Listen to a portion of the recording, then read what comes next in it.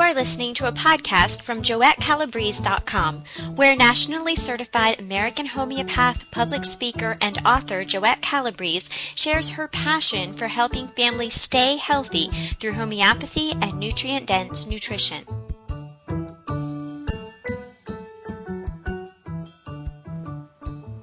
Hello, this is Jendi, and I'm back with Joette Calabrese, and today we're going to talk about what homeopathy can do for you and your baby. So, hello, Joette, how are you?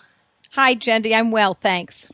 And you have about 3 remedies or 3 benefits of homeopathy that we can use for babies?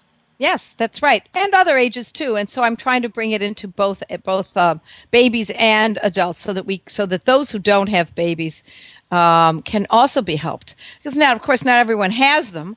So you might have a baby cat or baby dog, or your neighbor might be struggling with a baby, and this will apply to across the board. Homeopathy applies for babies, infants, the elderly, dogs, cats, livestock, wild birds, you name it. So homeopathic remedies are universal, and that's my point here in teaching you that it says for babies, but we can use it for anyone. Let's see if I can give you some benefits while offering a kind of a practical tip, so you can tuck these tips away in your mind for future reference. Many of you are just entering this profound world of homeopathy, while others have recognized intuitively the importance of health independence, autonomy, and particularly now in the glaring light of the changes our American health system is going through. I always try to make the information I give here on my blog as practical as possible. So I'm going to use my personal experiences as a springboard, and it will help define the best way to use the remedies. And it gives you stories and a little narrative, so it's more easily remembered. Today I'll give you what homeopathy did for me, especially when I was first starting and I had young children, and of course one at a time. And it was with my first son that I recognized the importance of homeopathy. And then you can extrapolate how this might fit into your lifestyle. Let me clarify that you needn't go as far as I did. Although I secretly hope you will. That is, I never used Tylenol when raising my children, or aspirin, or antibiotics in the 2.5+ decades of my mothering years. Instead, I bought a kit with the top 100 remedies in it, and I used it. It became maybe my arsenal. I took my kit with me on road trips, on family vacations. It was quietly present in my home at all times. And at first it was in the linen closet in our city home, and then when we moved to the country, it had its own little place in a chest at home as well. And in fact, I could barely resist using it, but I always encourage moms now to hold back and not jump into using remedies too quickly. But I also want to mention that I actually still own the same kit and have replaced only a few remedies in it. So those remedies, they're still good even though your children are grown up and adults, and they still have the same amount of potency? Yes, they don't go stale. These remedies I've owned in my kit for, this particular kit for about 20 years. I have remedies that are even older than that. They last for decades. In fact, I'll share with you that in my office, I have a shadow box with 4 remedies in it given to me by an elderly man who was a client of mine many years ago. His mother was a homeopath in Chicago when he was a lad, and as a gift, he gave me 4 bottles dated from about, I don't remember now, but about 1919 to around 1930 something. And I've used these same remedies, the ones in these bottles, over the years, and indeed they still work. So they'll last. That means that these remedies some of them are 100 years old, and yet they still have their ability to do exactly what they did back in 1919. So when I purchased my first kit, instead of looking at it as a financial stretch, I considered it as an investment in my family. And I don't know, can you think of anything greater value than a box of cures that can be used for decades? I can't think of anything that could be as valuable as that. And the medicines in the stores are expensive if you go in to buy Tylenol and stuff like that. Oh, yeah. And that's not even getting into prescribed drugs, which can be hundreds, if not thousands of dollars per month. So here's the first benefit of homeopathy to babies and others. It's a remedy that I gave my entire family a good night's sleep. Let me explain. My first baby started teething, and my goal was to never give my children Tylenol or antibiotics. So instead of Tylenol, when he was teething, just to mention, Tylenol has been implicated in studies to cause asthma, sometimes even within an hour of taking the stuff. So at that time, I didn't know that, but I knew that it was not a good thing to give my baby, particularly when he was already down. To give him a chemical on top of it was counterintuitive to my thinking. So instead, I learned about a remedy called Chamomilla, like chamomile, like chamomile tea, only chamomile is the Latin word because it's made into a homeopathic remedy, and we use it as Chamomilla 200.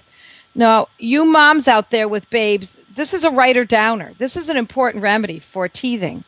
So chamomilla twice daily for about 3 or 4 days, and sometimes a little longer, depending on the severity. And if very severe, the baby's really screaming and arching his back, then you can give it 3 times per day for a few days. So not only did this end the particular bout of teething the first time I used it, but the next time a tooth came in for this, my older son, it was less of an ordeal. So, I went back to giving him Chamomilla 200 when the next tooth was coming in. But now the pain was not as grand, and it was only needed for a day or so, and it was over with. But what was most interesting was that he never again needed another dose. Even though he had suffered for a long time with teething until I found Chamomilla, it ended it. Why does this happen? Well, let me make it very simple, because this is homeopathy, folks. It cured the teething problems. It didn't just cover up the pain. I could have kicked myself for not having learned this earlier, because we had all suffered. We were up all night, the whole, with my husband and I, with this screaming baby. And this particular son had months on end of those painful and sleepless nights until I learned this. He was irascible and fractious. He was arching his back and screaming sometimes, and sometimes he would scream out in the middle of the night, and that, of course, was the pain of the teeth coming in. So I turned a crying, sometimes screaming baby into a sleeping angel and allowed him and my husband and I to fall back to sleep, and that was the end of it. And what we did it with was a $9 bottle of Chamomilla 200. But wait, that's not all. I've used the same remedy for when adults suffer from teething too. I mean, adults teeth? Yes, think about it. That's about the time, in the early adulthood is about the time when wisdom teeth begin to emerge, right? And, of course, the dentist wants to yank them out. No, I say, put those teeth back. Let's just see if we can save those teeth that are coming in with Chamomilla 200. So, the very same son who had the teething problems when he was a little baby, now as an adult, and this was a few years ago, began to have pain in his wisdom teeth as they emerged. And he reminded me, Mom, all my friends are having theirs extracted. Nasty old teeth. What do you need those for? Well, I happen to think they are beneficial to keep. So we employed Chamomilla 200 again in exactly the same fashion as we had 25 years earlier. What's interesting about this story is that I actually used the same bottle, the one that I used in the 80s. It worked like a charm in 2013, just like it did in 1988. What do you know? It wasn't taken off the market because of its horrendous side effects, like so many conventional drugs are taken off. You can't find the drug that did something for you years ago. No, these remedies stay consistent. Homeopathy isn't capricious. In fact, we could go back even further. The very same remedy was likely used by the British royal family for their teething babies and young adults back in 1801, as I used it 200 years later.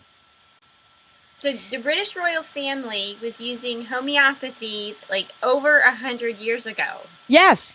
They have used it for close to 200 years, from my understanding, not just used by the Queen Mother, but the entire family. And she actually traveled with her homeopathic physician, and she was said to have enjoyed longevity. I believe she lived to about 102, 103, someplace between 101 and 103 years because of homeopathy. That's what she told us, has told many of her followers was the reason. So I guess if it's good enough for royalty, who can demand any kind of medicine and travel anywhere in the world to get it, I suppose it's certainly good enough for the rest of us, right? Oh, I think so, sure. Yeah. And let's move on. What would be a second benefit for a baby? Well, of course, colic is a very common complaint in babies. And so at first, when my baby was newborn, I used gripe water. I don't know, many mothers may know about this. At the time, back in the early mid-'80s, I even had a hard time finding gripe water. And I live near the border of Canada, and so I used to have to travel to Canada to get it. But then I instead learned about two remedies with my babes. My births were without drugs. I'm going to step back so that you understand a little bit. My births were unmedicated. But when a baby is born after a medicated birth, this particular remedy is even more clearly indicated because it's the ultimate remedy to clear drugs that I know of. And many of you who already know homeopathy may know that it's very famously named Nux vomica. I should also mention that you'll be able to read about these remedies and find them online. We'll connect them to you online so that after this podcast, you'll see it written so that in case you don't know what I'm saying, it'll be written out. So the first time I used this for my infant was when I had eaten a lot of garlic. And since I was nursing, it affected the baby. And so he began pulling up his legs in pain and crying. And it was obvious that there was something gastrointestinal going on. And I gave him Nux vomica 30. And after 3 doses, over a period of maybe, I don't remember exactly, but maybe over 6 hours, he fell into calm and sleep. But another time, with another child, Nux vomica didn't do it for my next child. So what was I to do? I mean, sometimes the remedies are right on, and sometimes there's just enough differential that it makes it a little confusing. So I referred to a little priceless book that I owned. Actually, it wasn't even a book. It was more a pamphlet. Back in those days, it was very hard to find homeopathy books. And it said that when a child has colic, the remedy that should be employed is colosynthis, 200 or 30. So for this second child, when he had colic, this colosynthis worked better than Nux vomica did. And the way that I knew that it was slightly different was that in the second child, if I pressed his belly or I laid him on my arm, kind of like a football hold, as they say, and the pressure of my arm was up against his abdomen, he was comforted a little bit. It didn't make it go away, but you could tell that he was a little more comforted. So that better from pressure issue was something that I had not noticed in my first child when he was younger. So now I added these two remedies I had these two remedies from which to choose for colic. And that's around the time, it's kind of vague now, it was, 25 years ago, that my husband came home one night after eating out for lunch and complaining of stomach pain. He said that he wanted me to give him both remedies. Well, I was just studying homeopathy in those days, and this was the time when I adhered to the strict laws of classical homeopathy. And I said, no, you can't do that. You can't add two remedies together, particularly two remedies that I don't know well enough to know whether or not they do come together. So, but he wore me down. He said, look, give them both to me. I don't want to wait for one to work and see if it acts and then go to the next one. So we did it. And I guess I'm here to tell you that, of course, it worked like magic. The pain in his stomach was gone in about 15 minutes. But this isn't the end of the story. This is just the beginning, and it's really fascinating. To me, it is anyway. When I had my fellowship with Drs. Banerjee in Calcutta, I learned that they had been doing the same thing, putting these two remedies together, these precise remedies together. In fact, their protocol for colicky babies is Nux vomica 30 mixed with colosynthis 200. I couldn't believe it. Across the other end of the earth, some 25 years later, independent of each other, I and the Banerjees had come to the same conclusion. Now, in the homeopathy world, I'm sure that there are other homeopaths who have figured this out as well, but for me, it was interesting because I actually even used the same potencies. And theirs was was probably more trial and error because they see so many thousands of patients per week. But while mine was the insistence of a suffering husband, but it's pretty remarkable given that there are thousands of homeopathic remedies and probably 100 just for the use of stomach pain alone. So that makes it pretty unique. It is. And we've talked about royals and Americans and Indians. It's like across continents, across social stratum. It's decades and hundreds of centuries of years. So it's so applicable. It's just amazing. Yeah, it is amazing. Yes, as I said, it's not whimsical. It's founded on the bedrock of solid medical principles, and it surpasses what might be boundaries and limitations that might otherwise deter us from understanding its capabilities. So let me give you the number 3 of the benefits of homeopathy to a baby and a family in general, because, of course, it's going to affect everyone. What I found to be one of the most compelling aspects of homeopathy is that it made me happy. And I'll explain in a moment. But when I was happy as a mom and satisfied, of course, I was a better mom in many ways. So it offered me the satisfaction of an intellectual feast. You know, as a mother and as most mothers, I tended my children, I made meals, and I was insistent on making my meals from scratch. I even made some herbal tinctures from the property around me, from the fields, etc. I tended a small garden. And later, as my children were growing, I homeschooled my kids. And sometimes for my personal enjoyment, I played the piano. But that was the extent of my intellectual pursuit. But all women, I believe, have ultimate pursuits in which they yearn for a little more intellect in their lives. And I've always disliked mediocrity and intellectual sluggishness in society, but especially in myself. So what homeopathy offered me was a clever pursuit that absolutely ignited me. It kept me sharp and concomitantly gave me information that was useful. No, downright life-saving in some instances for my entire family. And so, of course, it brought me to where I am today as a practitioner and a teacher.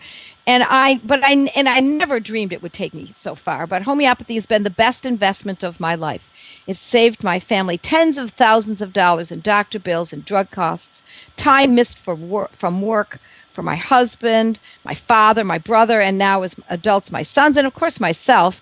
And it has given us, my family, immeasurable peace of mind and comfort knowing we had the answers that no doctor has. Well, I shouldn't say no doctor. There are occasionally a doctor or two in North America you might find who know a little bit about homeopathy, but certainly not the run-of-the-mill or garden variety of doctors. You know, when I saw some of my friends struggle with not wanting to give their children drugs, but simply didn't know what else to do, well, I did know what to do. In fact, when I learned of someone I knew who had a problem, I'd go home and study up on that problem, on what I would have done and what remedy I would have used for this or that. So were you able to help those friends? Well, here's the thing. Because homeopathy, especially in those days, back in the 80s, was such a different paradigm, I usually offered to help, but many were grateful for what I taught them, but others were not so interested. It was something they knew nothing about, so they were unwilling to try something new. And remember, if they were asking their doctor about it, the doctor would say, homeopathy? No. And most doctors, especially then, and even now, don't even know what homeopathy is. So, and remember, this was back a ways when the word homeopathy was unknown, before the internet allowed us also to readily discover the horrific side effects of antibiotics and acetaminophen and asthma and drugs and such that are related to that. So it was a harder sell back then. But today, mothers have about had it with drugs. And doctors have to do a lot more convincing, especially to those mothers who are willing to do their homework, that their methods are useful. So this pursuit of learning to cure our families, ourselves, fits seamlessly into mothering and homemaking. It always just felt right to me to have this intellectual side to myself brought to the fore and allow it to work nicely with being a mother. It's so interesting to me when I start learning about it, and I start cringing now when people say, oh, I went to the doctor and got an antibiotic. And then I have to share with you that, like, yesterday I was in Walmart and the cashier was complaining about her allergies, and it just came out. I was like, oh, I'm learning about homeopathic remedies for allergies that can cure it. And she's just like, oh, I heard about that. And I was like, go to JoetteCalabrese.com. Oh, aren't you sweet? But it just comes out, and I don't know a lot how to help them. I like how you said you went home and learned about it, so then you could tell more. How would you wrap this all up in your Pharaoh words so I can go off and repeat all this to my husband? All right. Well, I always tell moms to, or anyone for that matter, anyone who will listen, plot out your life. Don't let life just happen. Actually, lay it out. What do you want in life? Plot it out one step at a time.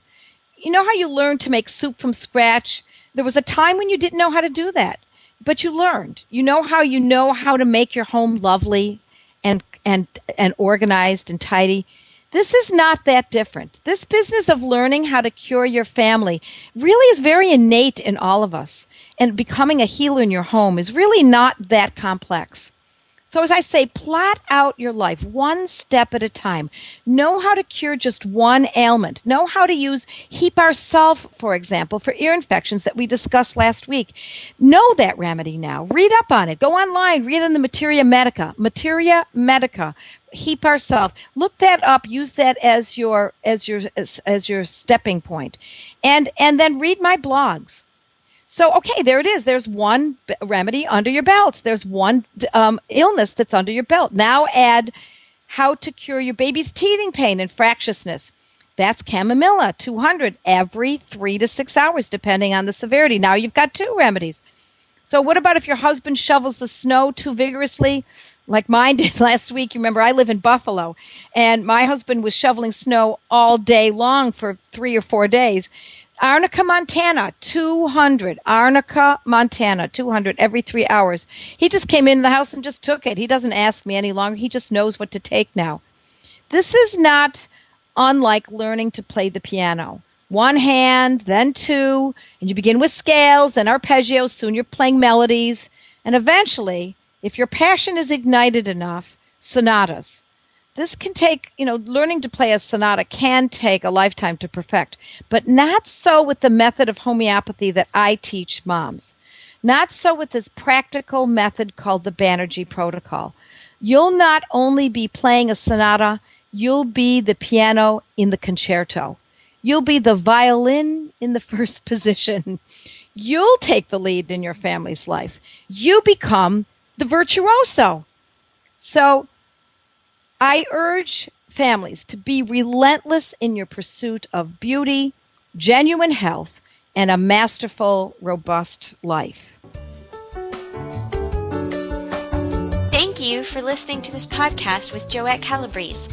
If you liked it, please share it with your friends. To learn more and find out if homeopathy is a good fit in your health strategy, visit JoetteCalabrese.com and schedule a free 15-minute conversation with Joette herself.